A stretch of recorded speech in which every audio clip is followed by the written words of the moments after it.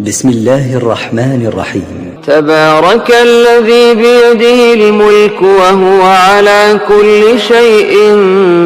قدير، الذي خلق الموت والحياة ليبلوكم أيكم أحسن عملا وهو العزيز الغفور، الذي خلق 7 سماوات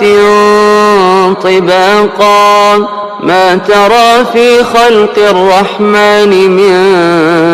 تفاوت فارجع البصر هل ترى من فطور ثم ارجع البصر كرتين ينقلب إليك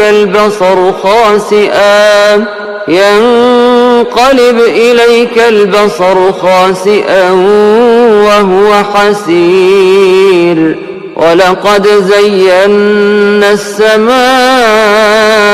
الدنيا بمصابيح وجعلناها رجوما للشياطين وأعتدنا لهم عذاب السعير، وللذين كفروا بربهم عذاب جهنم وبئس المصير، إذا ألقوا فيها سمعوا لها شهيقا وهي تفور تكاد تميز من الغيظ، كلما ألقي فيها فوج سألهم خزنتها ألم يأتكم نذير، قالوا بلى قد جاءنا نذير فكذبنا وقلنا ما نزل الله من شيء إن أنتم إلا في ضلال كبير، وقالوا لو كنا نسمع أو نعقل ما كنا في أصحاب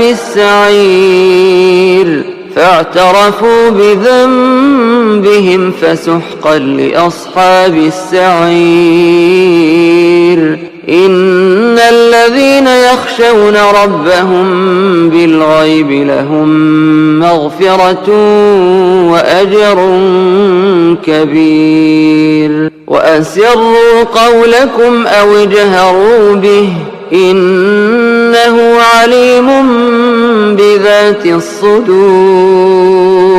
ألا يعلم من خلق وهو اللطيف الخبير، هو الذي جعل لكم الأرض ذلولا فامشوا في مناكبها وكلوا من رزقه وإليه النشور، أأمنتم من في السماء أن يخسف بكم الأرض فإذا هي تمور أم أمنتم من في السماء أن يرسل عليكم حاصبا فستعلمون كيف نذير، ولقد كذب الذين من قبلهم فكيف كان نكير، أولم يروا إلى الطير فوقهم صافات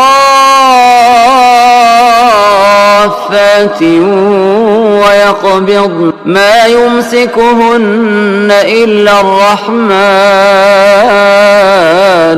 إنه بكل شيء بصير، أمن هذا الذي هو جند لكم ينصركم من دون الرحمن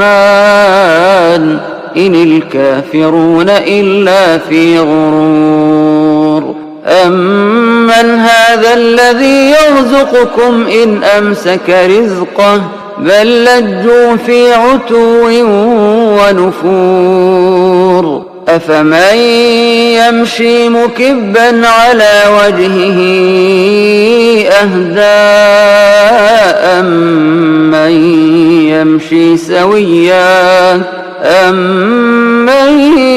يمشي سويا على صراط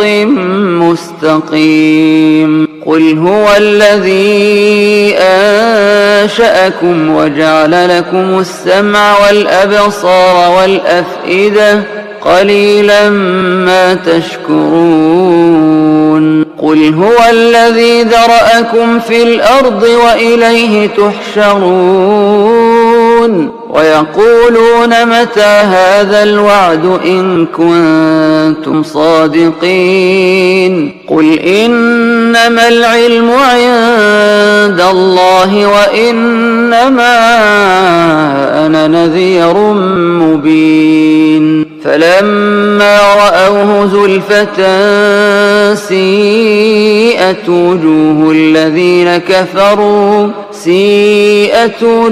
الذين كفروا وقيل هذا الذي كنتم به تدعون قل أرأيتم إن أهلكني الله ومن معي أو رحمنا فمن يجير الكافرين من عذاب أليم قل هو الرحمن آمنا به وعليه توكلنا فستعلمون من هو في ضلال مبين قل أرأيتم إن أصبح ماؤكم غورا فمن يأتيكم بماء معين